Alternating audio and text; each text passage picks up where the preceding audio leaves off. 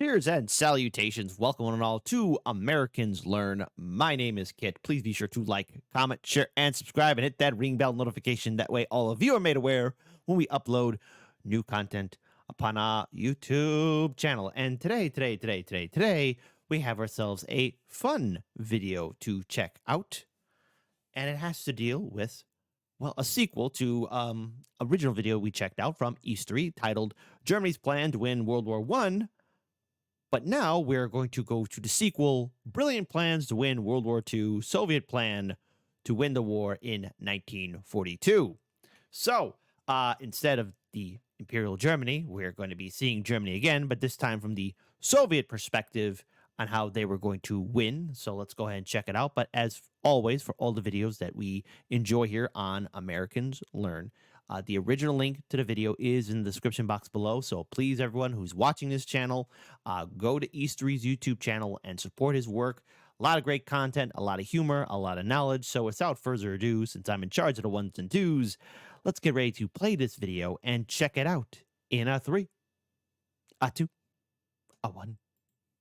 1941, German army had invaded the Soviet Union. The superiority of the Wehrmacht was clear. Encirclement followed encirclement, with more than 1 million Soviet soldiers becoming prisoners of war. The pre-war Soviet units had been decimated, and by the coming of autumn, Red Army was mostly made up of newly mobilized troops who had not had the time to receive full training. At the same time, the Germans prepared for a knockout punch directed at the Soviet capital. Their armored spearheads had moved forward, but near the gates of Moscow they had exhausted their offensive capabilities. It seemed that the war was decided, and it will end in 1942, with the victory of Unfortunately, I think we all know the real truth, that there wasn't going to be an absolute victory in 1942, and the war would go on for another devastating 3 more years. Remember, it's easy to be an armchair general and look at maps and battle plans and make promises, but there was no grand victory at the end of 1942. Maybe a change in the tide of battle, a change in how the war was going to be won, but nonetheless, it would still continue on. the Soviet Union. Welcome to the Brilliant Plans to Win World War II. In this series, we will examine 4 brilliant plans to win World War II with cunning strategies and see why they failed. This episode is about the Soviet plan to destroy the Army Group Center during the winter of 1941.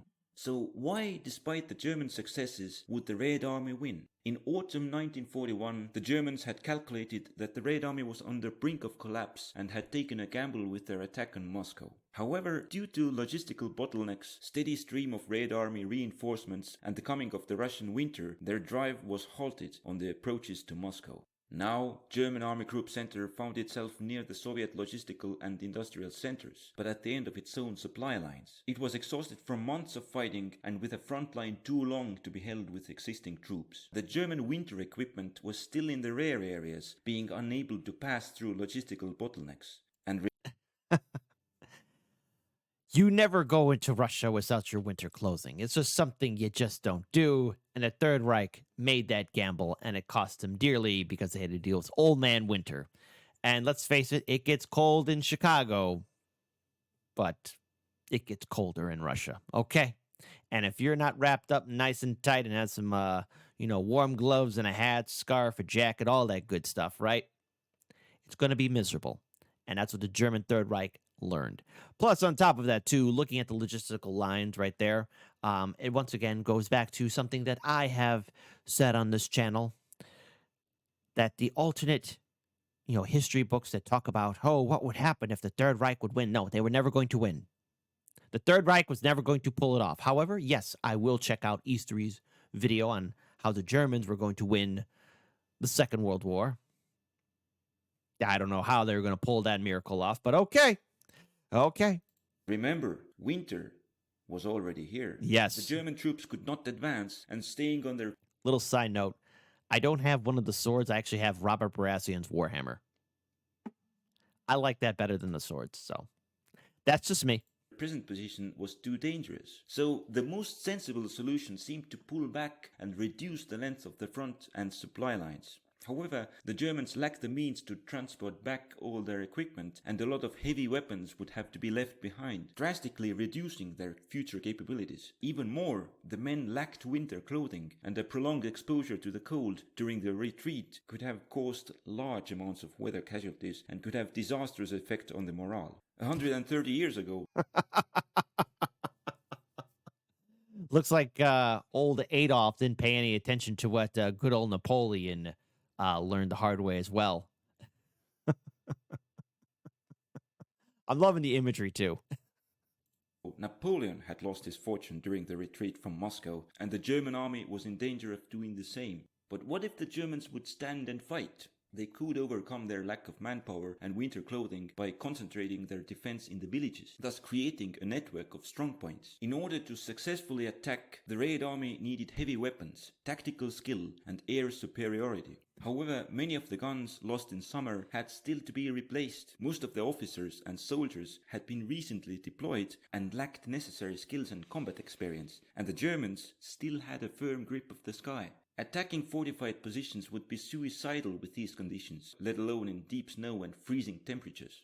But the Red Army could adopt a different approach. At the start of the battle, the Soviets did not have a large numerical superiority, but as the time progressed, more and more soldiers were finishing training. The length of the front had left large gaps between the German strongpoints, and the Red Army could move some units into the German rear. Meanwhile, other units would encircle and block off the Germans on the front line. When the exploiting force would reach the vital German logistical infrastructure, it would cause large portions of the German front to be pulled back and be threatened with destruction. Eventually, most of the army group center could be destroyed in this fashion, and then the Germans would not have enough troops to mount a decisive offensive in the summer of 1942. If they couldn't win the war in 1942, then they couldn't do that at all, as later the Red Army would become much stronger and the German supply situation even more serious. In the first half of December, the Soviets put their theory to the test. They counterattacked by moving their forces into the gaps between the advancing German formations. In the south,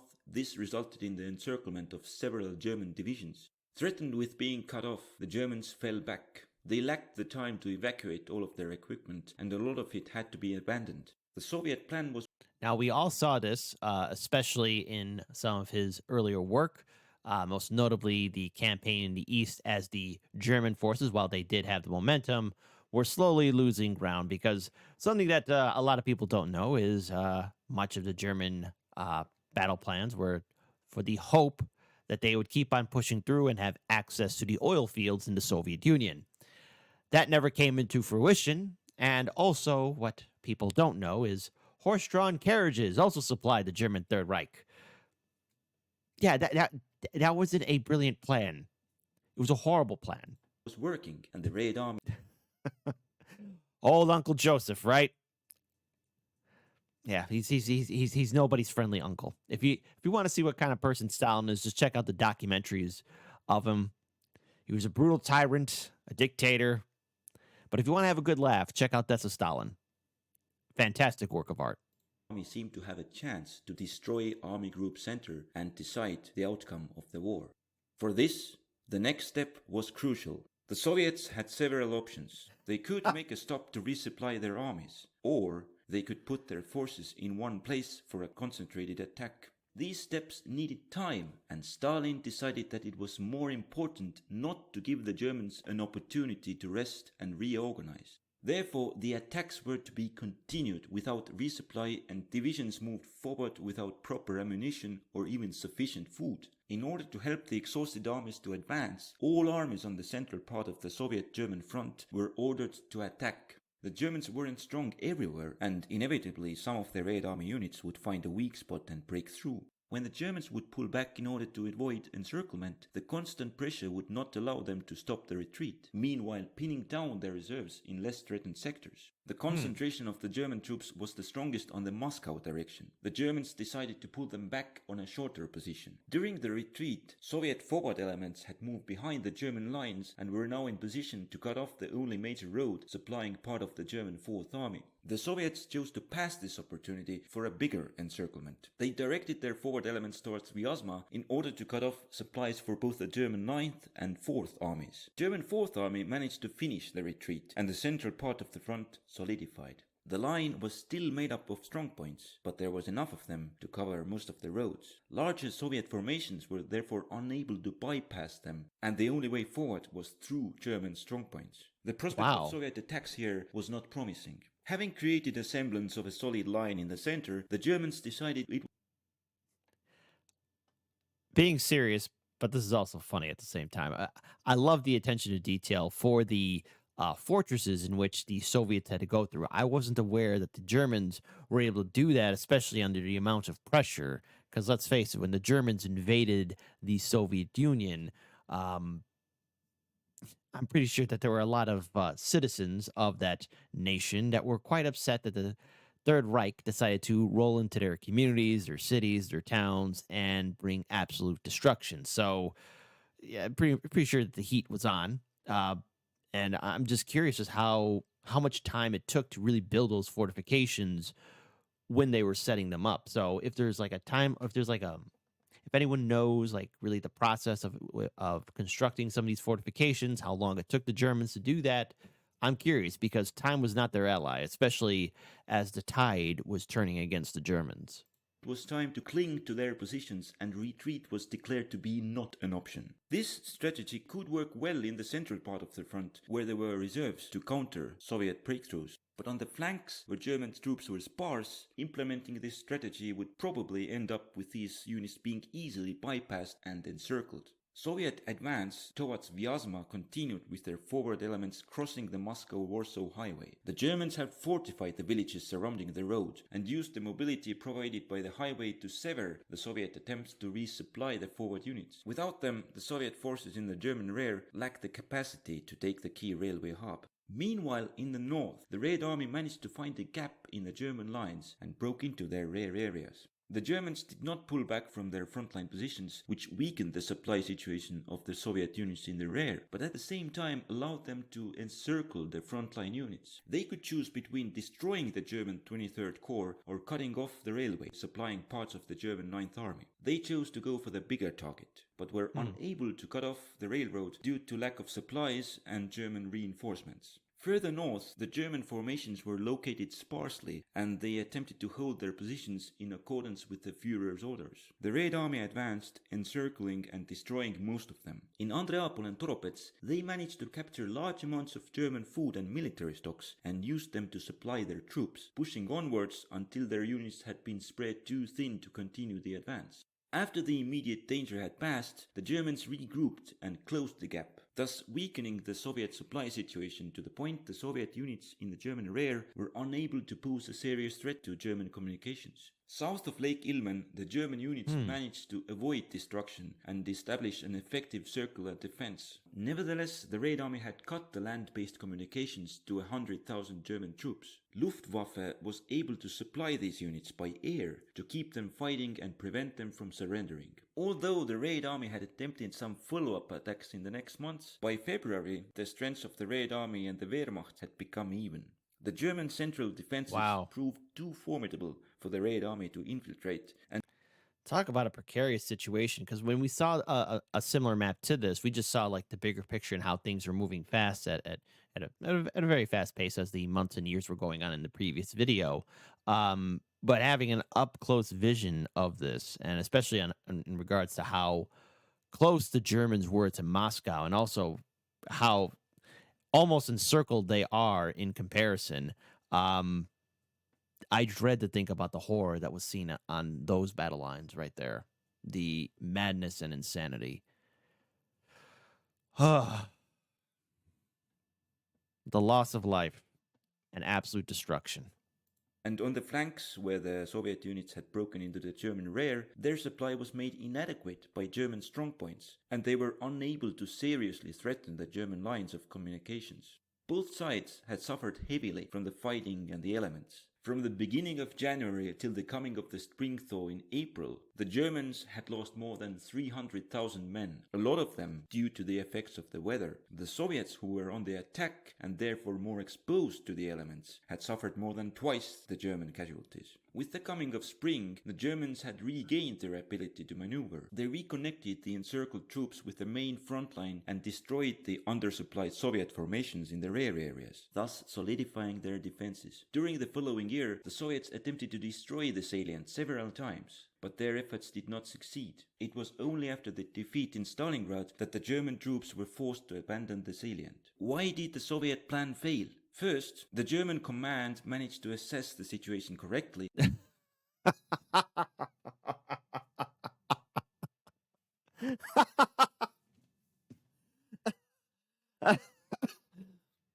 is what I like about Easter. You know what? Of all the history channels, look out Sabaton History. This one might take your spot, all right? This channel here brings in humor and important information too. So it's great. And look, it's far better than anything you're getting on the History Channel. Really, look me in the eye. Defend the History Channel. Unless the History Channel's made any changes, because I haven't watched them in forever since they started really pumping up all those ancient alien theories. Did ancient aliens help the Axis? Did ancient aliens sink Atlantis? Did ancient aliens rob my car? Did ancient aliens raid my refrigerator? Yeah, after they started doing all that, I gave up on them. And decided not to make a full retreat, but instead took a seemingly more risky approach to stand and fight. This did not allow to inflict heavy damage on the German forces during the retreat. Second, the Soviets thought that the Germans were about to break, and instead of choosing a less rewarding approach by encircling smaller German formations, they took a riskier approach, attempting to destroy all of them in a single deep encirclement, which ultimately failed. This limited the amount of casualties they inflicted on the army group center. Third, although the roads were filled with snow and movement of troops and supplies was slowed down considerably, traveling... There's a lot to unpack with this video here, so this little picture right here. First of all, he's probably thinking, it would help if some of you guys also got a truck and help push. Or, I should have brought some more people with me so they could push and I could be in the truck.